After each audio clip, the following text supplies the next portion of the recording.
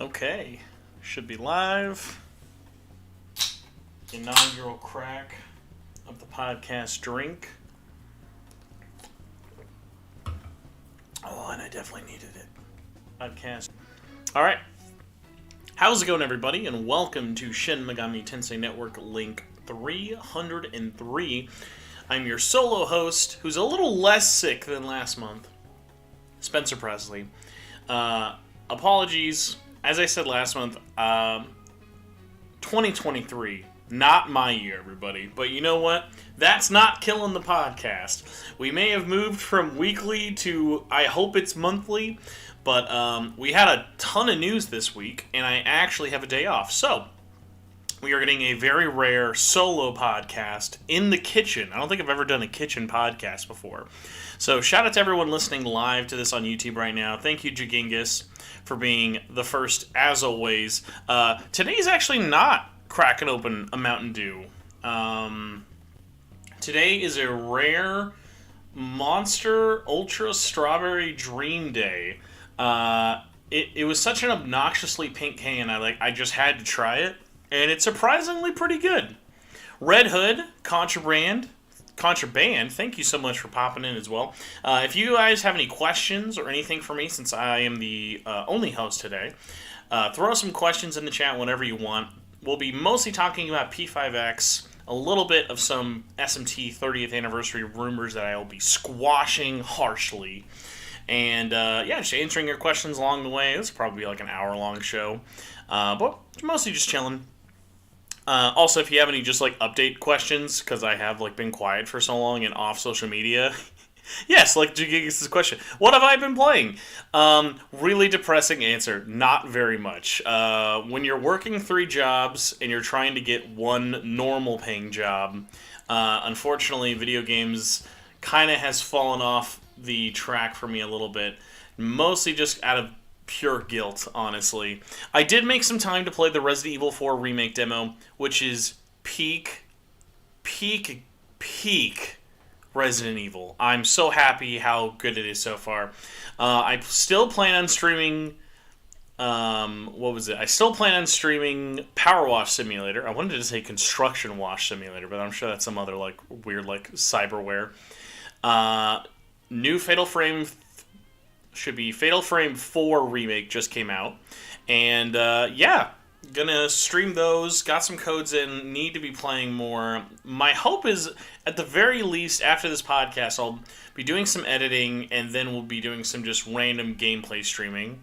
Jody, hello. Welcome to chat. Yes, I am super early, mostly because, like I said a little bit before, this is a very rare day off. I am off of all 3 jobs, and I have no other major responsibilities. So I really wanted to do this as early as possible. I got to pick up my wife from her job in 90 minutes anyway, so mostly just want to keep it pretty short, but there's not a crazy amount of stuff to talk about. Also, everybody, if you're listening out there, please check out Jody and Genki's channel. I know you guys changed your name. I'm going to have to remind myself what it is to look it up. But it is very fun. I miss participating in it, but it is every Friday is always very, very fun. But a lot of stuff. Sadly, not been playing very much. Needs to change. Needs to change. Hello, Krillcast. I missed you greatly as well. I don't know if we've ever done the podcast this early in the day, so it is very funny. I am very early and I am very live. I've streamed this early before, for sure. But I don't know if we've ever done the podcast this early. Game Corner Shop. Thank you. I was it's something game. Yes, everybody check out Game Corner Shop. If you just type it into YouTube, pops up. Go listen, go subscribe. They're awesome. Gensational Travis, thank you also for popping in as well, everybody. This really means a lot. Hopefully I'm sounding better. Last month's show I did with Ozzy, I thought I was feeling better, and I just kept being sick. I was sick for almost 2 months. No, I'm sadly not possessed by a morning person. I actually do like getting up pretty early.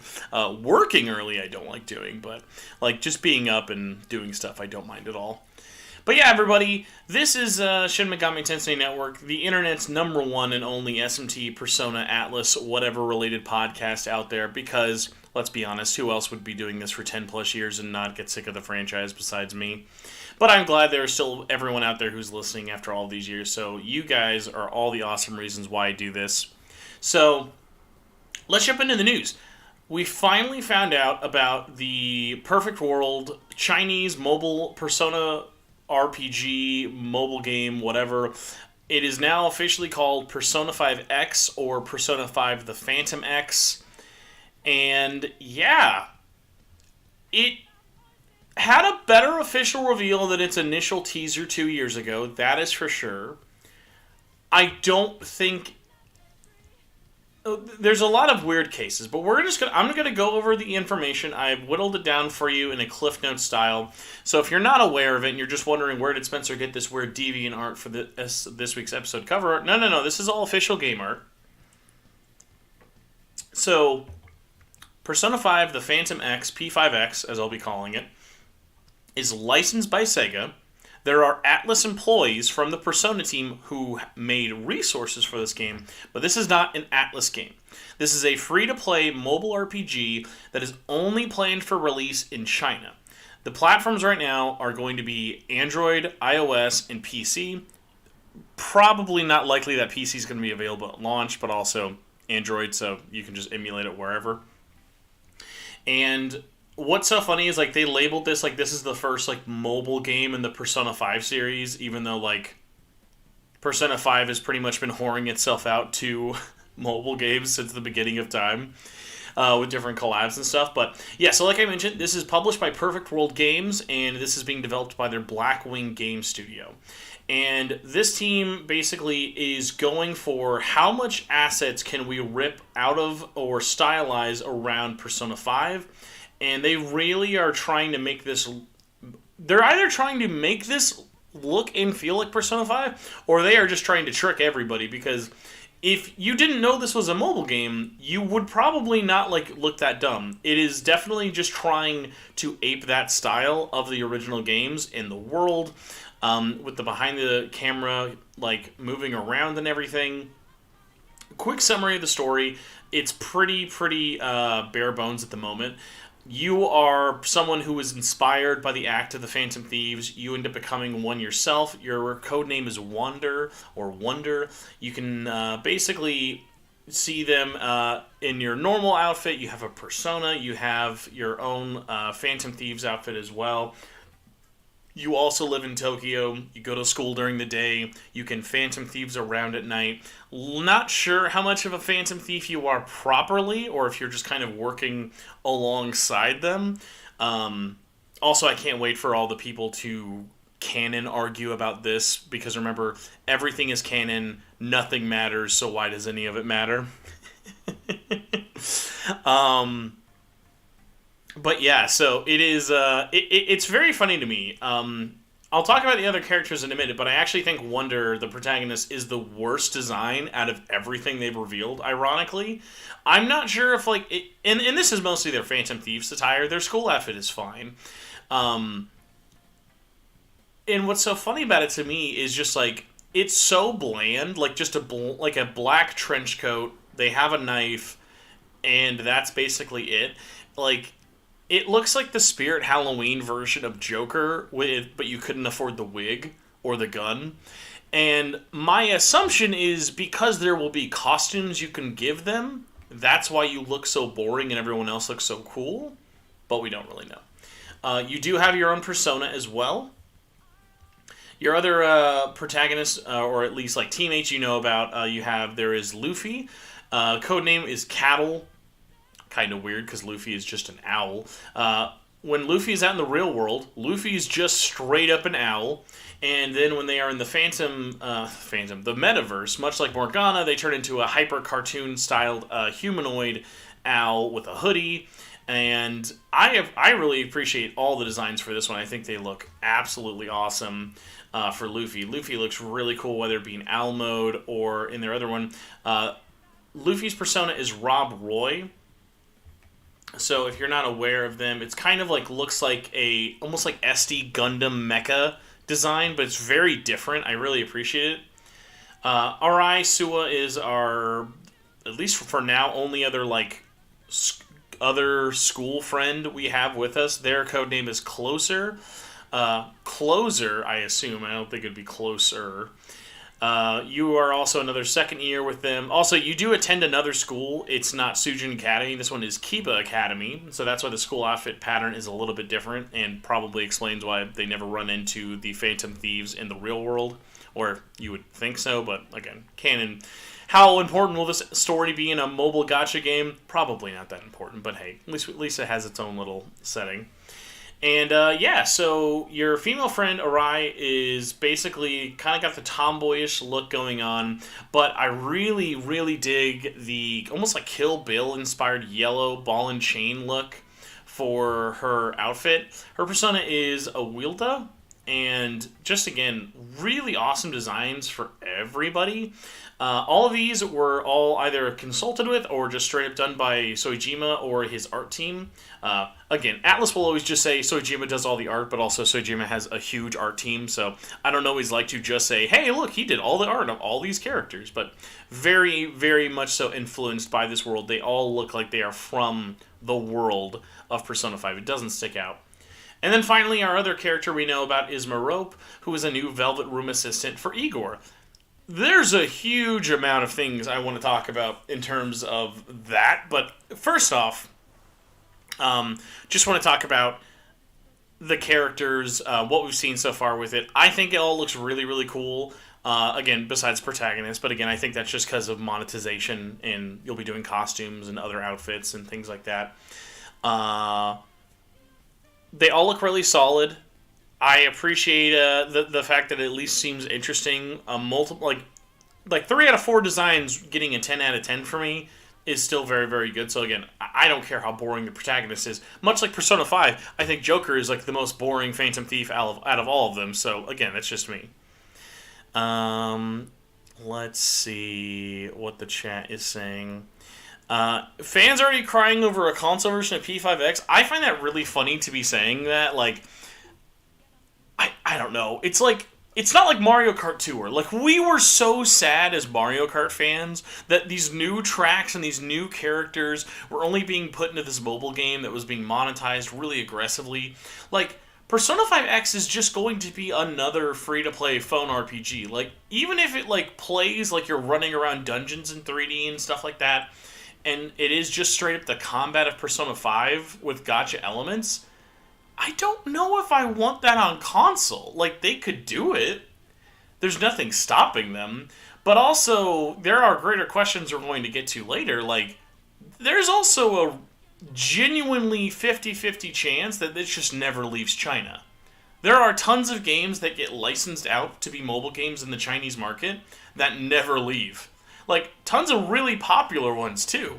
So, yes, Atlas Japan talking about it, or even people in the West covering it, that doesn't change the fact that this is made and published by a Chinese company with the sole purpose of just making it for the Chinese audience.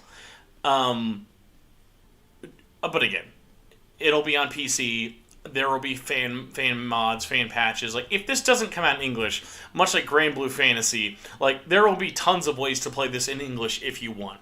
Console, I think, is really, really a stretch. I think, like I said, 50-50 chance it comes out in other countries, English included.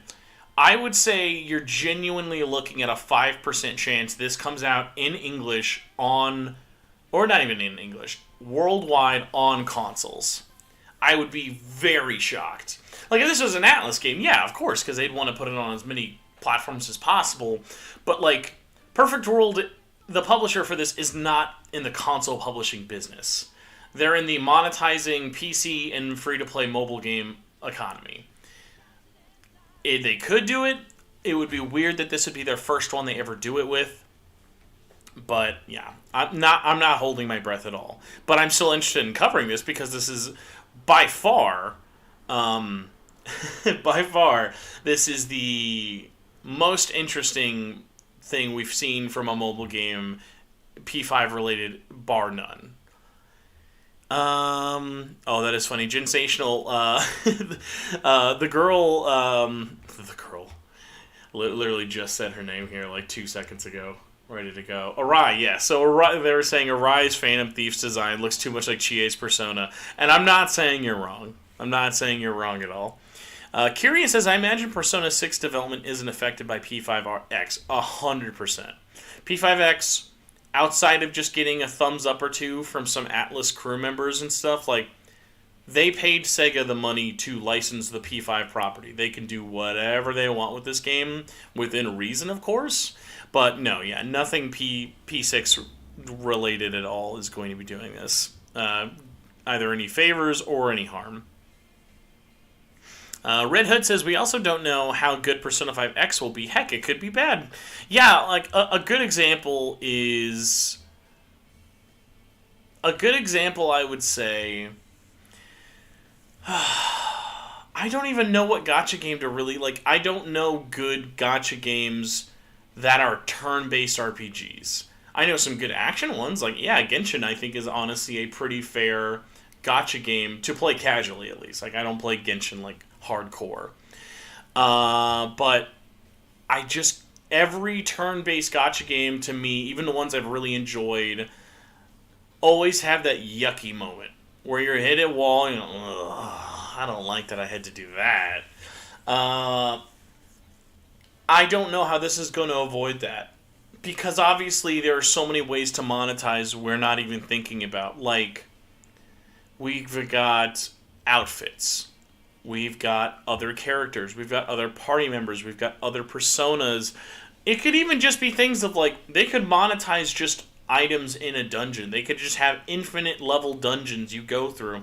They could monetize negotiations, for God's sakes. Be like, oh man, yeah, prepare for the world's hardest demon negotiation, because it'll be in there, but it'll be actually hard, because they'd rather you just pay the money to try again, or just to buy the demons outright.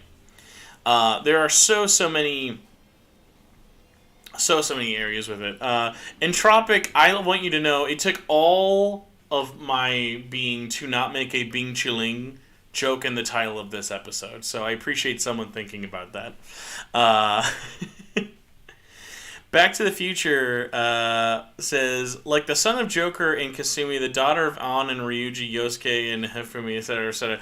Yeah, like, other things too, like, I wouldn't be shocked if it's like, hey, do you want the Phantom Thieves in your party? It's not get to this point in the story to unlock them. I bet it is just straight up you have to buy them or earn them. Amanda Lord of Darkness, hey, how's it going? Contraband, you joke, but like I would at least still have fun with a Candy Crush Persona, even if they made it really grossly monetized. But like RPGs is just so... It's just, there are so many avenues that are just asking to be grossly designed.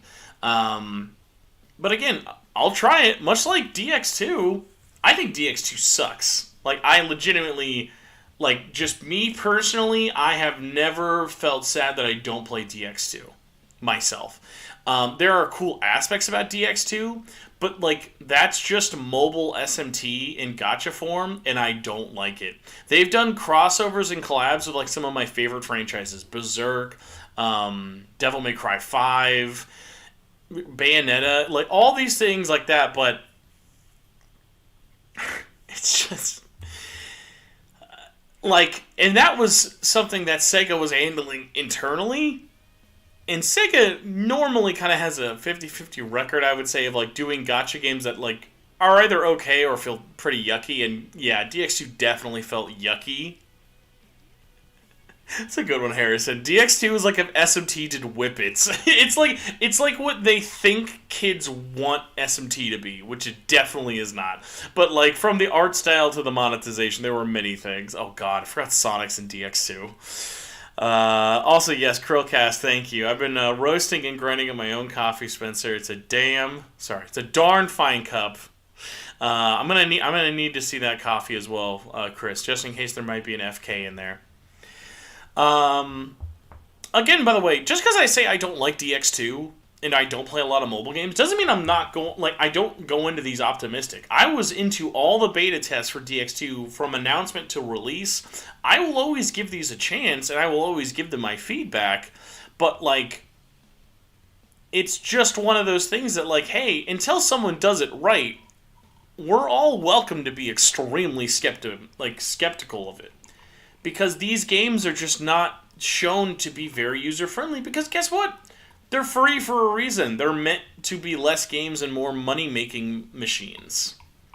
But hey, speaking of the game, let's get back to our description a little bit. From the Atlas side, like I said, the Atlas art team with Sojima and stuff are working on this for the characters and the designs, but not the actual developers. They're not the ones making the gameplay, stuff like that. Now, for the gameplay itself, I did mention you will be in the real life and you will be in dungeons with the metaverse.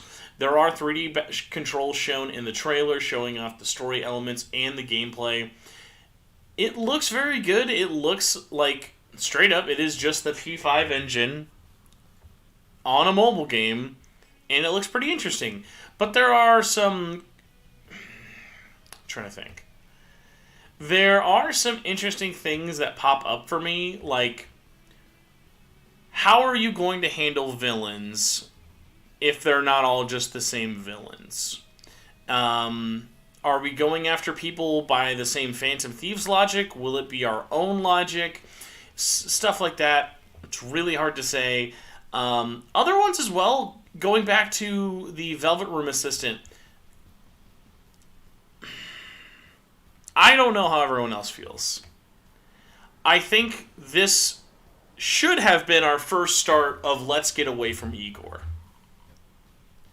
I think it's so weird. It's like Igor's voice actor died right around the time of P5 just about to come out. And in English, we've never really been that set on one particular voice. I mean, for God's sakes, it was Vic Mignogna in the fighting game, and no one even cared about that one. But Igor, I think, was a good character to be wrapped up with the plot elements they had in Persona 5. Them being in it, and spoilers for Persona 5, this, my guess is this Igor is just the real Igor. Not the one we have in Persona 5. And that's not exciting to me. I think it would have been a lot more interesting if this maybe took place after Persona 5 story and we just saw either here's the new attendant of the Velvet Room with a different assistant. Sure, like, this assistant's great. Like, I have nothing against them. They look cool. They're an awesome design, but, like, I hate that Igor is still just the only one here. And, because, like, Igor is really cool, but, like, Igor has been around for the last 25 years, and, like, the world and the story has basically been, like, you would think teeing up a new Igor is going to be there. Like, he wasn't there in Persona 5 Strikers. He was just out randomly. Like, I don't know if we have to kill off Igor or something, or retire him, but, like, my whole thing with it is, like, I viewed Jose's character as I am the next Velvet Room either master or like person who's there who's not just an assistant. I'm not a Marie. I'm not a Theo or like a Justine. And it's just like, why can't we just finally jump into that? I don't know if they're maybe saving that for Persona 6. They just don't want to throw it in a mobile game. But, like, for me, I would at least have rathered Igor not be there, because then, like I said, as soon as Igor's there, it immediately is then just contradicting Persona 5 story. Because a whole stupid, like, the stupidest subplot in Persona 5 is all about who is Igor. And it never matters, really. And I won't get into any more spoilers than that, but it is just one of those funny things of, like, the Igor subplot is unfortunately pivotal to what's going on in the world of Persona 5, which this game takes place during. So why we just didn't get a different Velvet Room master and attendant, I have no idea. It's absolutely, absolutely weird. And Amanda, how dare you forget about Jose? But also, it's okay. Chat, let me know, how should we kill off Igor?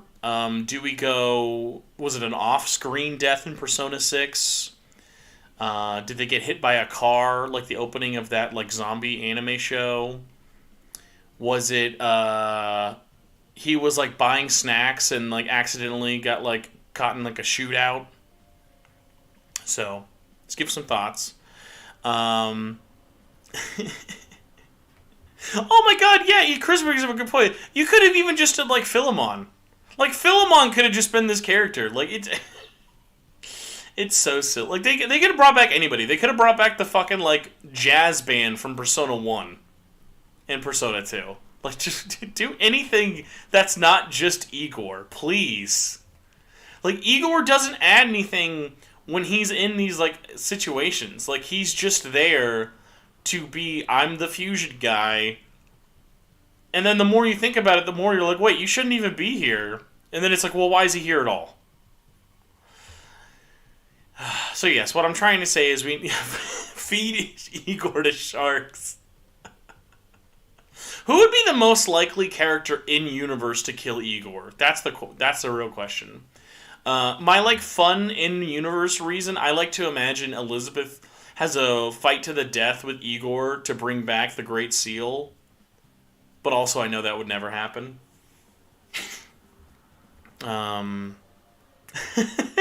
Igor gets isekai'd would also be a fantastic like joke slice of life manga.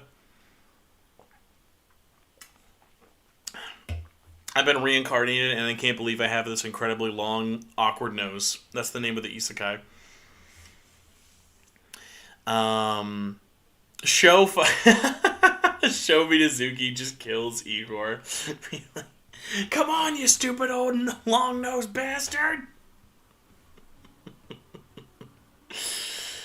Oh my god.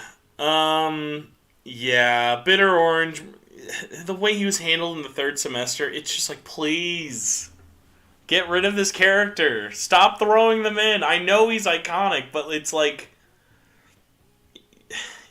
it's time to stop, everybody. But yes, as long as at least in Persona 6, Igor's gone for good, I'll be happy.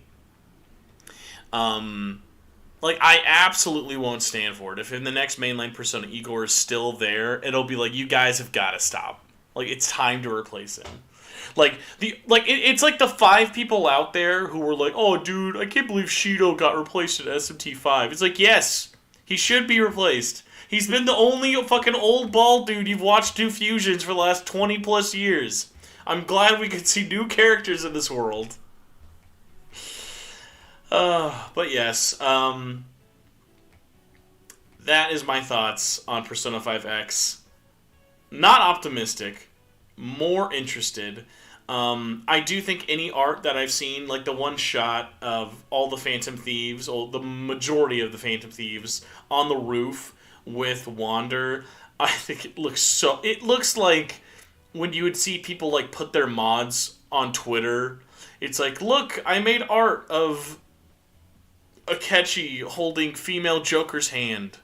Like, that's what I feel when I look at that stuff. Like, it's so funny to me. Like, I have nothing against it. I just genuinely, like, it just looks so out of place. It's wild to me. But yes, everybody, since we got more people, by the way, thank you all, like, all 30 of you for listening live. It's really is a nice kind of turnout for how early it is. But if you have any questions, please let me know now. We're going to jump into the final topic while I wait for your questions. We're also going to do a poll as well. Our question poll right here. There we go. Well, I guess let's think of a good way to do this. So we're going to be talking about the recent quote-unquote leak for SMT's 30th anniversary. Is the SMT 30 leak real? Yes or no? And if you're wondering what the heck is the SMT 30th anniversary leak, well, I'm glad you asked, and I'm also more glad that you just don't know about it, because it's stupid. Mostly like the leak and people talking about it, but I'm going to be talking about I'm going to be talking about it mostly from a why are people talking about it thing. So, put it up here. couple days ago, like not even a week ago, someone was putting out images of what looked like a off-screen presentation, which, by the way, this should be our first guess that this isn't real. What was the point of this what was the point of this presentation? Is someone in Atlas just needing to post things on their slide? Like, was this someone's fucking PowerPoint? There's no show happening soon. This isn't for E3.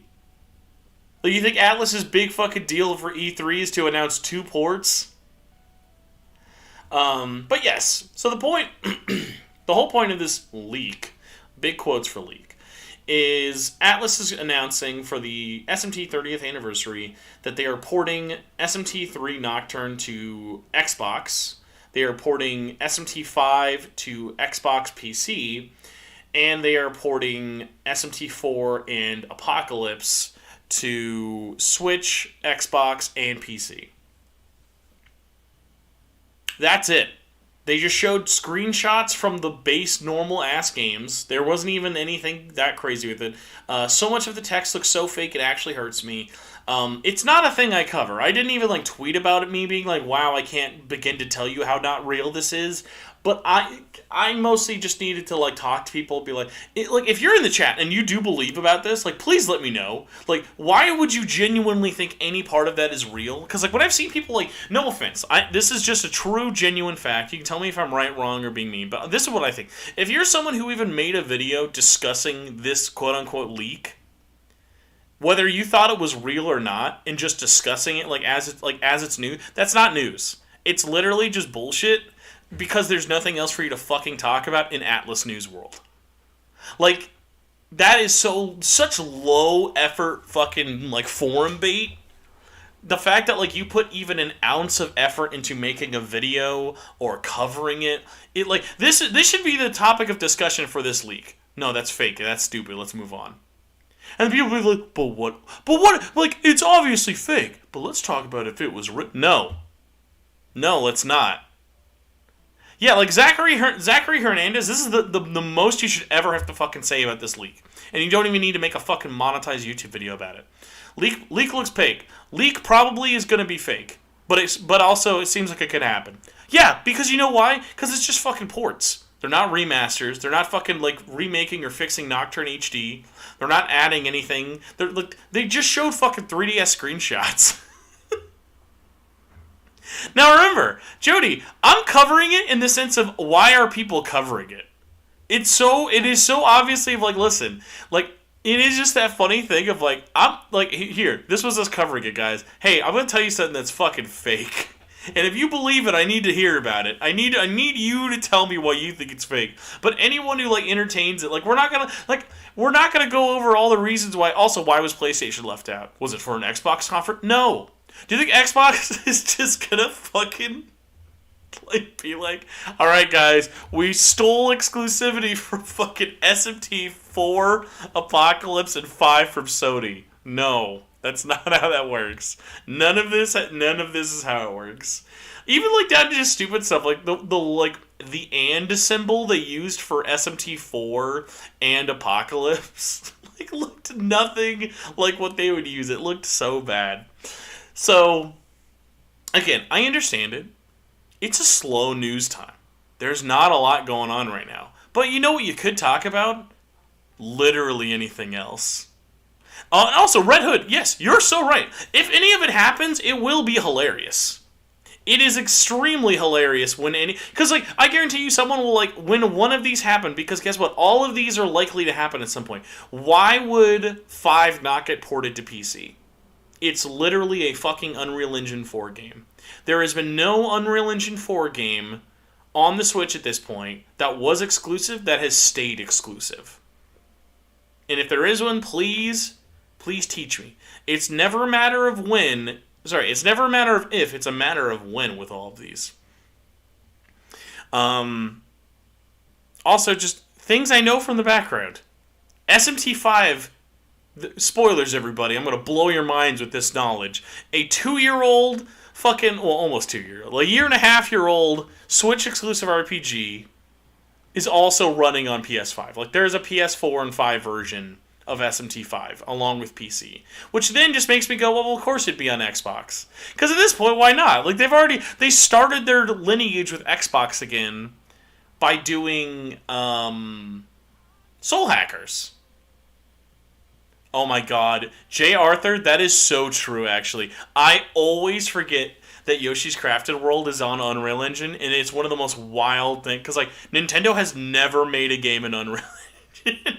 Now, like, to be fair, Yoshi's Crafted World, I think, is like a Tensei game, or like it's a sub studio who works with Nintendo a lot. But you are 100% correct. Yoshi's Crafted World is an Unreal game. That is so funny. I always forget that one. That will never come to PC, not legally. But I always forget that. Good Feel. Yes, it's developed by Good Feel, because they've been making Yoshi games for, like, literally the last almost 25 years. For the last 18 years, they've been making Yoshi games. That is so funny, though. I always forget it. Oh, man, just... Unreal Engine 4 exclusives. The only Unreal Engine 4 exclusive for the Switch is Yoshi's Crafted World. Not even any, like, crazy game. Oh my god. But yeah. It's a funny thing. Also, like, if we're talking about leaks that, like, if you're gonna make a leak, they honestly should have just swapped out, like, and again, they're tying it in with the whole SMT 30th anniversary thing. SMT's 30th anniversary will include ports. But they also are not just going to be handling it like the Persona 1 is. Because they know how bad that fucking was. These games will come to more systems. They will come to PlayStation. They will come to PC. They will come to Switch. They will come to Xbox. But, like, we can't just take blurry, side-framed 3DS screenshots as fact. It just makes us look stupid.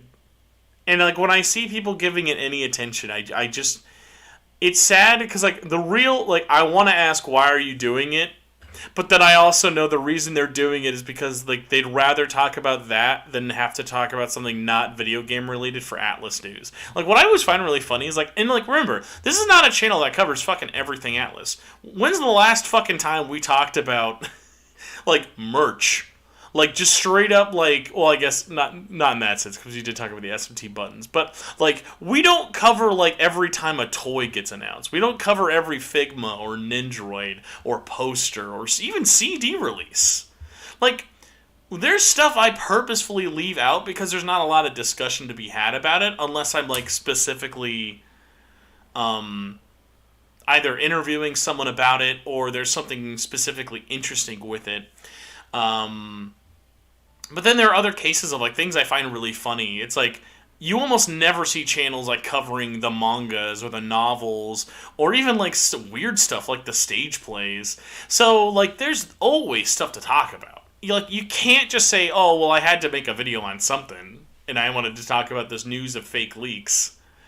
It's like, no... Like, that's just perpetuating, like, the amount of people I've seen, especially, like, on Facebook and Twitter, who go, well, look, this guy made a video on it. Look at this thing that's probably happening. Because guess what? Most people just look at the video title and the thumbnail, and then they assume, oh my god, this leak is happening. But yes. Speaking of hilarious ports that need to happen, but I legitimately don't know when, where is Catherine Full Body on... Xbox and PC, mostly PC, but I mean, there's no reason it wouldn't be on there. And when, because you gotta imagine, like, Arc System Works is just doing it with everything now. Like, legitimately, we have to be getting Ultimax on Xbox at some point. Like, Arc System Works literally just recently did the last BlazBlue and the last Guilty Gear on Xbox just because Xbox paid him some money. And I'm like, I feel like Ultimax has no reason not to be on Xbox, especially because both Arena and Ultimax started on Xbox 360 and PS3. But, Yeah. Jody, you only make me laugh because how true this is. They don't care about stage plays in manga that are stuck in Japan. That is true. Like, one of the funniest things ever is like watching people who try to like cover specific things that are like in the Japanese market without like wanting to actually like go through Japanese coverage. It's like, ooh, no, thank you. If I don't get my Japanese news through Twitter, I'm not getting it at all. No thanks, no thank you, ma'am. I'm not going to Famitsu. I'm not ready to click that Google Translate button. Kirian Buckley says, would Atlas put the effort into putting Ultimax on Xbox when they half-assed the PS4, Switch, and PC ports? 100%, because that port would literally just involve them taking the code from the PC version, putting it on Xbox, and then charging $30 for it, because that's all they'd have to do. There would be almost no real tangible... Like, it would be... much like the Striker situation. They purposefully just had to leave it out. Like, Strikers, again, I've said this before, and I'll say it again. Persona 5 Strikers, there is an Xbox port of that game at Omega Force's offices. I guarantee you. Like, when they're developing these games, they're not making it run on everything for shits and giggles. They're like, no, because, like, their engine, the way it works, it's easier for... Like, it was harder for them to develop that game on Switch than on anything else. Like, PlayStation was fine. PC, like, had some hiccups at launch, but eventually ended up, like, working out. It runs amazingly on PS5, and there's no reason at all that the Xbox version wouldn't come out, outside of the fact that Xbox didn't fucking matter to Atlas at that time, and they could just say, nah, no thanks.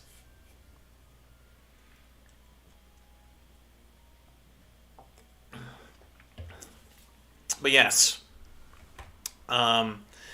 Surprising that we did have like almost 30% of people who do believe the leak is real. But I'm starting a Q&A. So if anyone in chat has any questions, SMT, Persona, just personal, Spencer questions before the show ends, now is your time.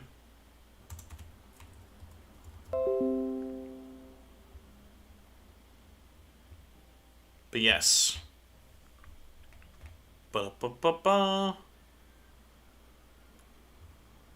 Alright. I've opened Q&A mode for any questions outside of chat, or you can throw them in chat as well. Either one works.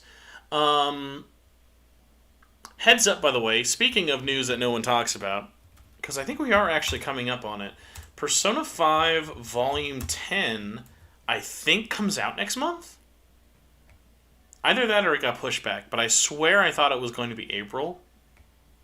No, it's June. Dang it. Yeah, we're getting to the point now where we're almost caught up with Japan for Persona 5, which is really scary because that means that manga is going to take like forever to come out. But a couple little updates though, talking about manga, because I've had a lot of manga on the brain. I tweeted about this recently. Barnes & Noble is, so this is mostly just for like North America, but Barnes & Noble has a buy one, get one half off. Oh my god, I have not, okay guys, breaking news. This is crazy. I'm going to tweet about this as soon as the show's done. Okay, we have breaking news. So, real quick, finishing my little thing though real quick. Yes, Persona... manga, no, not Persona manga. All manga at Barnes & Noble is buy one, get one half off. Hip, hip, hooray. This goes till March 27th. It is on everything that's not a box set. And highly recommended just because manga can get really expensive and stuff like that. But holy crap. Alright, breaking news time. Like I said, there's a lot of manga coming out. And I knew that this was a maybe, but I didn't know it for sure. And all the art I just saw actually got uploaded. Persona 4 Arena starts coming out literally next week. This is perfect timing. Holy shit. Alright, so literally next week, Persona 4 Arena, the manga adaptation of the first Arena, has a Barnes & Noble exclusive. And much like with Memento's Mission, the Persona 5 one, this has a completely original cover. This one features Labris in her schoolgirl uniform, like in front of the school, like her humanoid Labris version. This is awesome. And so that comes out literally a week from now. So I know we'll be talking about next week. Hopefully, I should actually reach out to the folks at Udon and see if they want to talk about it. But this has completely new art. And then for Volume 2, this features Announcer Rise and General Teddy. And I'll have to check and see. Let me look at the description. Okay, cool. So they are still doing the same thing. These are the same price, so it's $13.99 for volume, but each volume comes with an exclusive cover art and a poster. So we don't know what the poster looks like yet.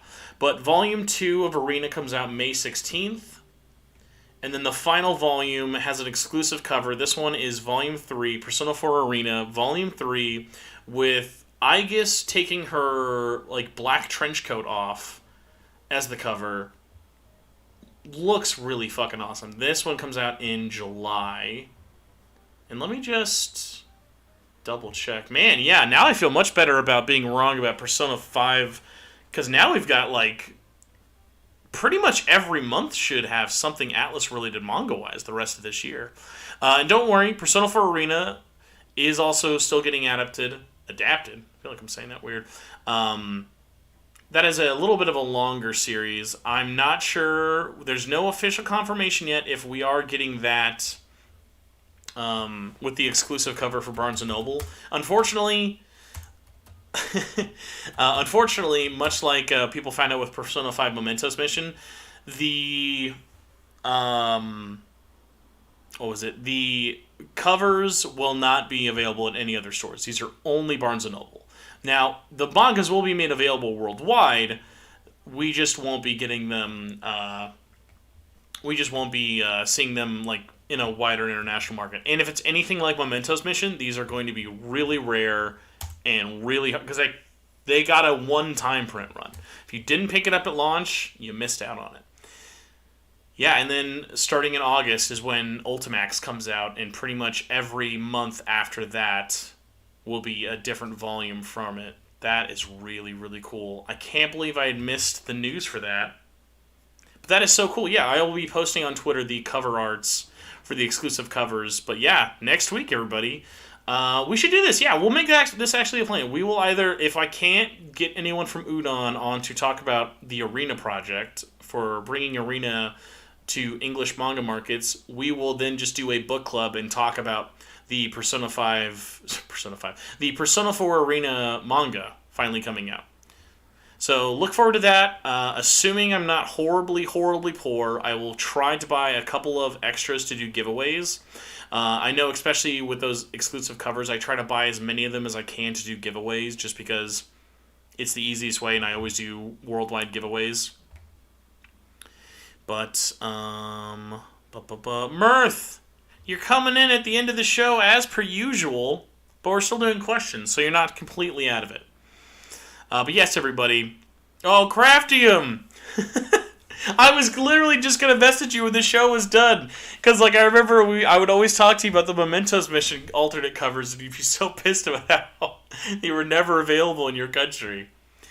But yeah, so let me open up the Q&A, and then I'll go back to chat. But first one comes from Red Hood. How is Persona 3 Portable Remaster patch coming along? Oh, thank you actually for reminding me about that. So I tweeted about it recently. The game just went on sale. Both P3P and P4G are on sale now. They're 33% off, so I think it means they're $15 a piece. And people have been, hey, what's the update on the patch? Because I talked about a patch shortly after the game launched. P4G has a small patch in development. It's mostly just tiny bug fixes, because that game already had been out on PC and didn't really need a lot of fine tuning. The patch that is in development for P3P is basically just been working on audio issues, bugs, crashes, text errors, the various different things like that, image quality, asset resolution, stuff like that. That is still either being worked on or ready, but from what I've been told, it is up to Atlas and Sega when it comes out. So this unfortunately is a situation of, oh, well, it's out when it's done. No, it's more of it's out when Atlas wants it to be, because to submit the patch, only Atlas can do it. They were the publisher. They were the one who got everything kind of ready. I don't know why they would kind of hold off on that or not communicate about it, but I mean, we've seen stranger things. Like, look at Chrono Cross Remastered. That took over a year after release to finally fix a lot of its major problems, and that was like just an out-of-the-blue patch. So these things can unfortunately sometimes take a really long time. I don't like that. I mean, I don't think anybody likes that. But it is just a bummer because I know how much people want this and want this to get patched. I would love it for it to have just been one of those things that's like, hey... That's like, hey, there you go, it's patched. And then we're all done, and we're happy, and we're cheering, and we go, yay! Unfortunately, that's not always how it goes. So, I'll let you know when I hear any updates, but just know patches are still planned. Most of them have been worked on and everything like that. But until Atlas gives the green light and pays to have the patches submitted to console manufacturers, there's nothing else we can do. So, I mean, the games are still completely playable in their current situation, is my opinion. But that is just me. Let's see here. Next question. Oh, the Aftermath says, will there be a last-minute Atlas 3DS eShop sale blowout? I really hope so. So this was kind of covered, and the reasoning was never really explained, so I never really went too deep into this myself. But Atlas Japan had planned to do a final all of our games on 3DS and Wii will be super duper discounted sale. Like a lot of publishers have been doing. And then they just pulled out. They didn't announce why. They just said, due to circumstances out of our controllers, changing circumstances, we have canceled our last minute 3DS sale. This to me means one of two things. They have something planned, we don't know what, or they've seen that a lot of people are just buying them at full price anyways and saying fuck it and let's make more money as opposed to less money and being less consumer friendly. I think that's it. Because they really know at the end of the day, if you're booting up your Wii U or 3DS in 2023 to buy something off the eShop, you're probably going to buy it whether it's $40 or $5. Unfortunately is the sad truth of things. But I have not heard anything. And this was all Japanese based. So, Western based, there's no plans as well. Krillcast, what would be worse? Persona 3 The Answer HD remake or Persona 2 Duology PSP ported in Japan only? Ooh, that does actually sound bad. I'm going to go Japan only, because as much as I'm not a huge fan of The Answer, I want more people to be able to play more games, so I'll take The Answer over Duology suck in Japan again. Jacques says, what are your thoughts on Atlas West moving forward and further away from physical releases? I know the answer, but I want to rage with you. Yeah, I fucking hate it. We talked about this last episode with Etrian Odyssey. It really sucks. Like, Atlas as a company is feeling less and less like a priority for Sega in terms of games to publish physically, and it makes no sense. Skipping Persona 4 Arena, understandable, but still no reason. Skipping Persona 3 and 4, literally unjustifiable. There's no actual answer as to why that's a good idea. It's really fucking stupid. All their fans hate it, and them leaning on the digital side of things just for us to double dip when they decide to eventually release a collector's physical release later is just scummy, and I hate it, and they know it'll work either way. So I absolutely fucking hate it. Contraband says, would they put all the DLC in SMT5 with the ports or charge again? Last I checked, the DLC would still be in the base game. Like, it would be still there. The only thing I'm wondering is either, are they, like, my thought process is this. They're either going to charge like 40 or 50 if there's nothing added with all the base DLC. But we're still trying to decide if we know we're going to get anything more or not. Because there was stuff that they were planning on doing. It's just, did they decide to do it, or are they just wanting a straight port as opposed to a Maniacs version? So at the very least, like, if you're wanting Demi-Fiend to be in that, yeah, yes, those ports will have Demi-Fiend. Like, they're not going to recharge for him again. Oshley says, I wonder if P5X might be a SMT4 Apocalypse where it's an alternate plot taking place in the middle of P5S's plot. Did they specify at all? Igor being there complicates that too. Yeah, so we don't know again, any of the timeline specifics. I think that's a safe bet, it being something like that. Honestly, it would actually be really cool. They didn't show this character at all. It would actually be kind of funny if this was a weird, like, we find out this is just like a weird, like, dream scenario. Our characters, like, under relating to characters in the third semester of Royal or things like that. But there's definitely reasons they could do behind it. But will they actually care to justify it? I don't think they will. But there's some cool things they could do to justify it. The question is, will they do it? And if so, how do they handle it? Let's see. Jockus also says, and the physical version too. Yeah. Jody says, why on earth did Atlas make a physical copy of Etrian Odyssey HD but not for P4G and P3P?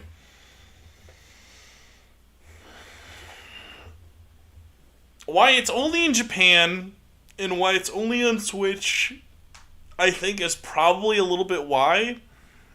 They know there are a much larger amount of people who would buy it on Switch physically than on PlayStation, and especially on Xbox. And that audience is mostly located in Japan. Etrian Odyssey is still an extremely niche series. Like, there are titles Atlas left Etrian Mystery Dungeon 2 in Japan. They never brought that over just because, like, they knew it just wasn't going to sell very well. So it's unfortunate, but it's like Etrian is really niche. I understand that being digital only, but having a physical version being available only in Japan just really sucks for the rest of us. If we do ever get confirmation that, like, of how the physical is being handled over there, and we do find out that it is like Ultimax though, or like you can still just play the game, you just have to import like the Asian version, like, I'll be less upset because it is like a thing of like, I think Etrian Odyssey's HD collection has way more problems than it being digital only. So that I'm less worried about, but I think mostly comes down to it helps that it's a Switch exclusive on consoles, and it helps that it's mostly being marketed towards a Japanese audience.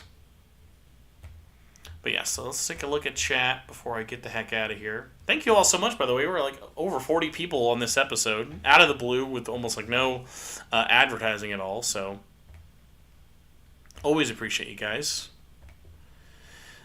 Swift Guyver. Spencer, do you think we'll ever see SMT 5 on PS4 or 5? Yes, 100%. It's just it's a thing that's happening. It's just when it's happening and what that looks like, we don't know. But yes, if you're someone who absolutely hates the idea of playing it on Switch, PC and PlayStation versions of that game are coming eventually. That's just, it's a stranger. It's stranger. It is a completely. It's just a thing that's happening. It's really all I can do, sadly. Also, wow, dude, somebody's doing laundry, and I don't know if you can like hear the rumbling, but it's like actively like shaking my floor. It's weird.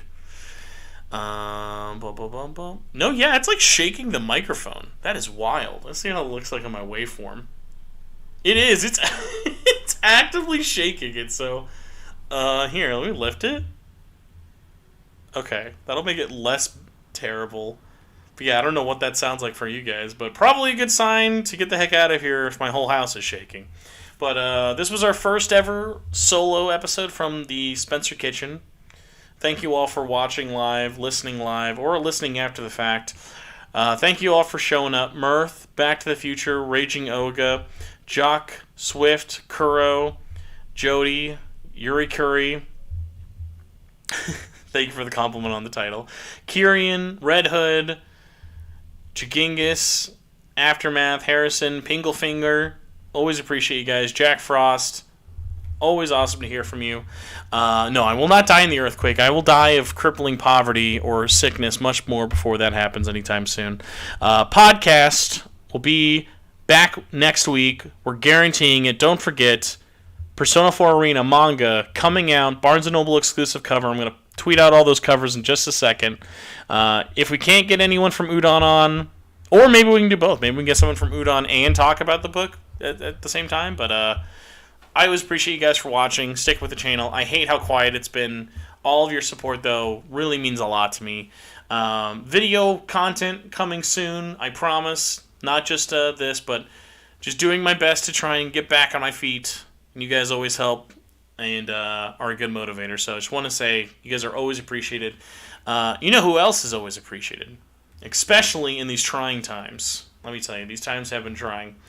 Are the fine folks at patreon.com/SMTN. Yes, that's right, everybody. Shin Megami Tensei Network has a Patreon, and by God, do I ever need your support right now? So, if you would like to support the channel, whether it be $1 a month or $5 a month, you can do that by going to patreon.com/SMTN. You can donate $1 and become an SMTN fan. Usually you'll get the show early or have other exclusive giveaways. So if I end up getting any other copies of the Arena manga, those will definitely be going to patrons first. But besides that, you can also be a $5 and up executive producer, just like the following people, assuming I can get it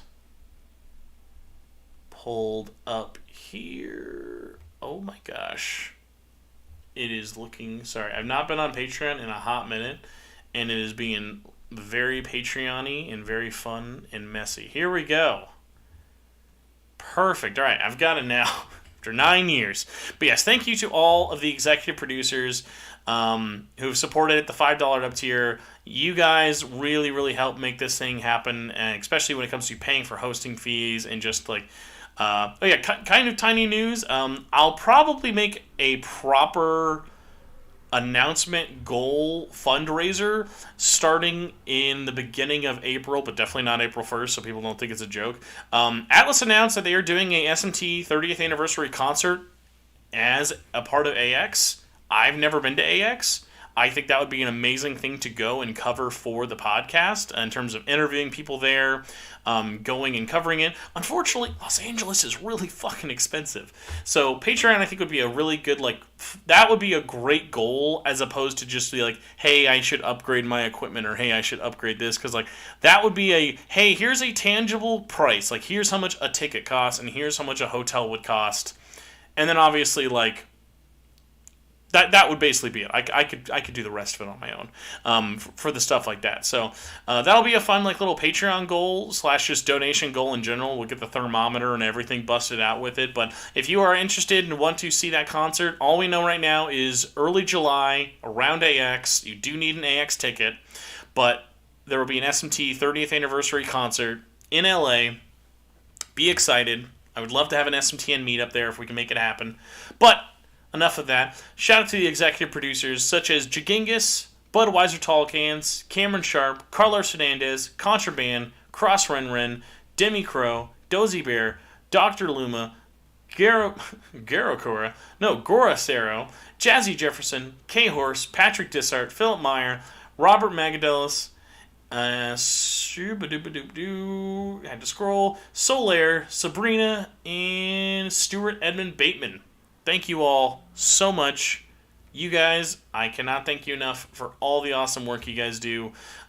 Whether you listen, donate the $1, donate the $5, or just want to comment and make silly jokes or whatever with me, I'm always here for it. Thank you guys so much. I will see you next week. Don't forget to read, talk about manga, play some video games. Don't give in to the stupid leaks, though. Let's ignore the leaks. That's what we should do. Just ignore the leaks and enjoy podcasts, games, and manga. Have a good one, everybody. I will talk to you later. Goodbye.